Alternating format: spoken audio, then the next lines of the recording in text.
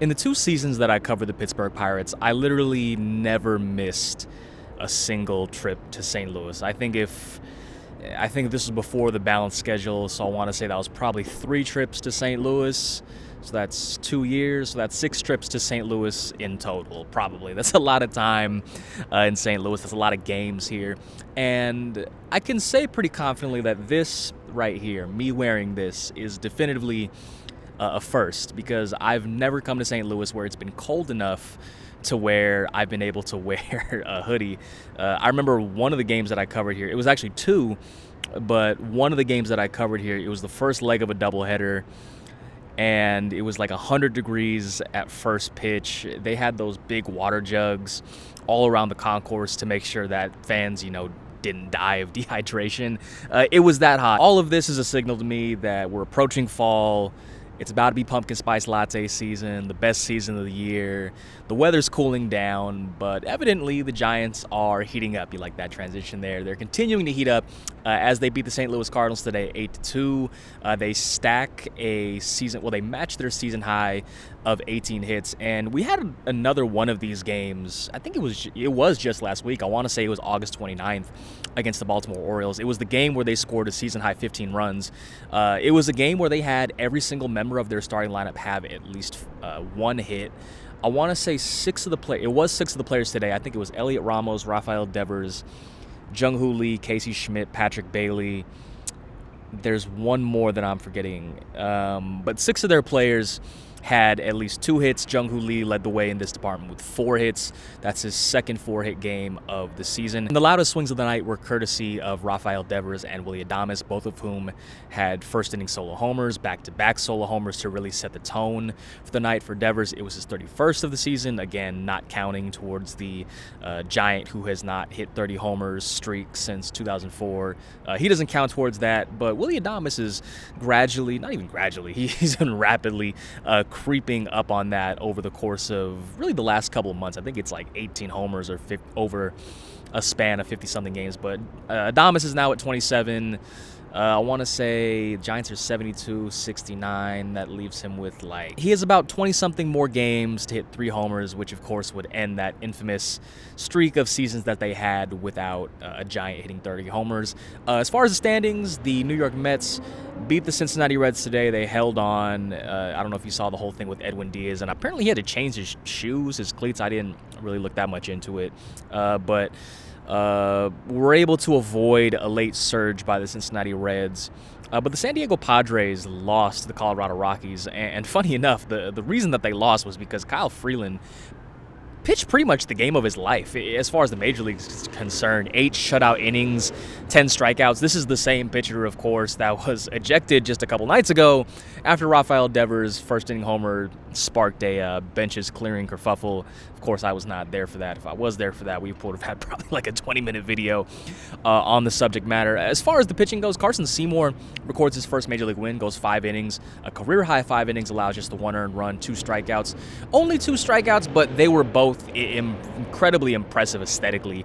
The first strikeout was a dotted 98.1 four-seam fastball to Jordan Walker right there on the up and outside corner. And I can't remember who he struck out for the second strikeout, but it was one of those kind of Logan Webb front hip sinkers. The main difference was that his was clocked in around 97 mile an hour. It was a night where manager Bob Melvin only really expected Seymour to go around 3 innings, and given the fact that the Giants just had the off day on Thursday, their bullpen was pretty rested, and Melvin was going into this game expecting to have to use a couple different relievers, but the only relievers that he had to really use today were Matt Gage, who pitched 1 inning, and then Tristan Beck, who handled innings 7, 8, and 9, earning the rare 3-out save. Not the first save of his career. He had 2 saves back in 2023. So Giants are now 72 and 69 on the season. They've won 11 of their last 12 games. They'll have 2 more here in St. Louis before going home for 7 games, 3 against the Arizona Diamondbacks, or I think it's 4 against the Arizona Diamondbacks, and then 3 against the Los Angeles Dodgers. And going back to Devers, one of the really interesting aspects aspects of, there's a lot of different ways that you can break down this offensive barrage, really since the beginning of that series against the Milwaukee Brewers. It's not like they tore things up when they played the Brewers, but they had some really nice offensive games there, solid considering where they've been for the majority of the season. But there's a lot of different ways that you can break down what the offense has done over the course of the last 2 weeks. But one of the real interesting elements of all of this is that Devers has not only homered in 3 of his last 4 games, but he's hit first-inning homers in 3 of his last 4 games. Of the 16 homers that Devers has hit as a Giant, 7 of them have been in the first inning, and including today, he has an OPS of 1,010. I think it's over like 67 plate appearances as a Giant in first innings, which is very interesting because in Boston during his time with the Red Sox, the first inning was actually his weakest inning, especially by his standard. By homers, I want to say he had 32, which is the second most of any inning that he had, but his OPS of 796 was the lowest OPS per inning of any inning, excluding extra innings, that Devers had with Boston. The third inning is where he did a lot of his damage. I want to say Devers had an OPS around 910, and it's kind of one of those stats where is there probably some noise involved there? Is it probably context dependent in a sense? I haven't really done like that amount of homework into this, and with the Giants, there's also some innings right now where I think when I was just doing like a quick examination of it, I think like the 4th inning he has like a sub 550 OPS. So is there some noise involved there? Will these stats potentially level out over time? There is perhaps a possibility there. It could potentially do with the fact who his lineup protection is. This isn't to say that Devers didn't have any lineup protection when he was in Boston, but the fact that hitting right behind him is Willy Adames. That could, and again, Adames hit his own homer in the first inning as well to give the Giants an early 2-0 lead.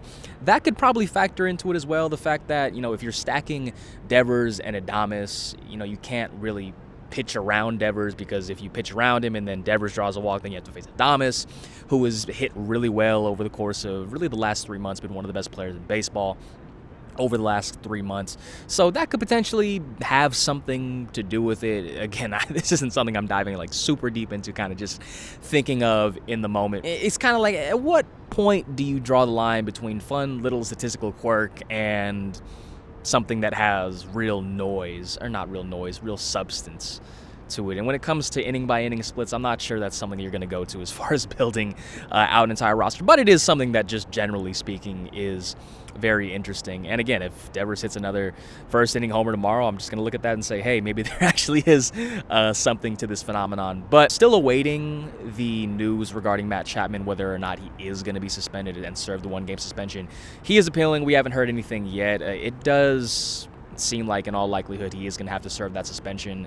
Sunday might be a good landing spot for that, just because night game into the day game, the Giants don't have an off day before they travel back to San Francisco to face the Diamondbacks, so they might just use that Sunday game. Potentially, if Chapman does have to serve it, that would also give Casey Schmidt another day to kind of recover from being hit in the, I think it was the right elbow back on Monday. So I would imagine nothing definitive, but I would imagine we'd probably get an update on Chapman sometime in the next day or two.